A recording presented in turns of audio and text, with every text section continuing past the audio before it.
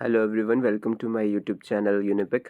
आज की वीडियो में हम डिस्कस करेंगे कि जो जो नेम ऑफ द लैंड के बारे में टॉपिक। ठीक है, तो नेम ऑफ द लैंड पहला पॉइंट देखते हैं। इसमें क्या है?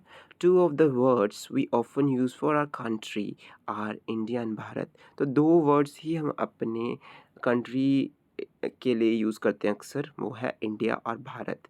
The word India come from the Indus called Sindhu in Sanskrit. तो इंडिया कहाँ पे है? इंडिया कहाँ से वर्ड लिया गया है? एक रिवर है हमारी संस्कृत में, इसको सिंधु बोलते हैं, इंडस। ठीक है, तो इंडस कहाँ पे है हमारे? अभी हमने इंडस के बारे में ही पढ़ा था पिछली वाली वीडियोस में, जो कि नॉर्थ वेस्ट साइड में है, जिसकी ट्रिब्यूटरीज आप कर सकते हैं। क्या क्या है उसके ट्रिब्यूटरीज? सतलुज, ठीक है, ब्यास, चेनाब, ठीक है, रावी, ये सारी इसकी ट्रिब्यूटरी है। इंडस, ठीक है, तो ये सारी इसकी क्या है? ट्रिब्यूटरीज है इंडस की। और ट्रिब्यूटरीज क्या होती है? वो जो छोटी छोटी रिवर्स जो मेन रिवर्स में मर्ज होती है जाके। ठीक है, तो उससे भी पड़ा है, इंडस रिवर से भी इंडिया का नाम पड़ा है। तीसरा पॉइंट हम देख लेते हैं। The Iranians and Greeks who came through the north west about 2500 years ago were familiar with the Hindu, called it the Hindus or Indus, and the land to the east of the river called India। ठीक है, तो ये सारी चीज़ जो बोल रहे हैं हम कि ईरानियंस जो आए थे नॉर्थ वेस्ट साइड। अब ईरान कहाँ पे और ग्रीक का है? नॉर्थ वेस्ट में ही है इंडिया के। तो 2500 साल पहले वो इंडिया में आए थे नॉर्थ वेस्ट साइड से, और उनको इंडस के बारे में पता था, बट उनको प्रोनाउंसिएशन प्रॉब्लम की वजह से उसको वो हिंदोज बोलते थे या इंदोज बोलते थे। तो उसका नाम जो हो गया था, क्योंकि वो इस तरफ से रिवर बहती थी तो इंडिया बहती थी, तो वो इंदूज बोलते थे।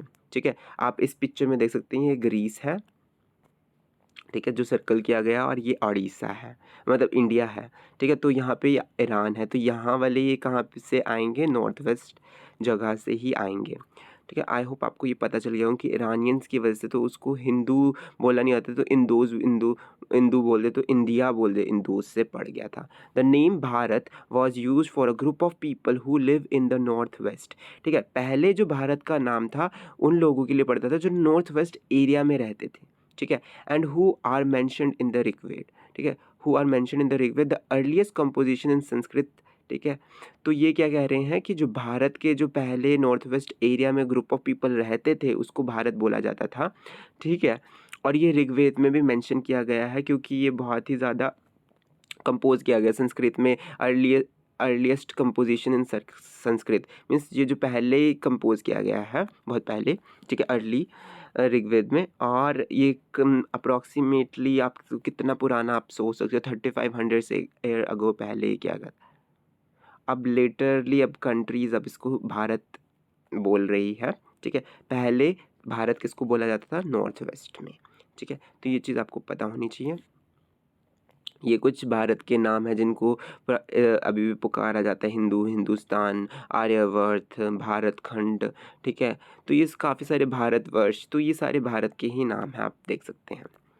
ठीक है, तो अब आने वाली वीडियोस में हम देखेंगे founding out about the past के बारे में, उसके पॉइंट्स देखेंगे, मैन्युस्क्रिप्ट्स क्या होती हैं वो डिस्कस करेंगे। ठीक है, अगर आपको ये वीडियो पसंद आई हो कि भारत का जो हमारी लैंड है उसका नाम पड़ा कैसे, नेम ऑफ द लैंड कैसे पड़ा हमारा, तो आप वीडियो को लाइक, सब्सक्राइब और शेयर कीजिए, और बेल आइकन को क्लिक कीजिए, ताकि आने वाली इस वीडियोज़ का नोटिफिकेशन आपको बिल्कुल टाइम पर मिल जाए। Thank you.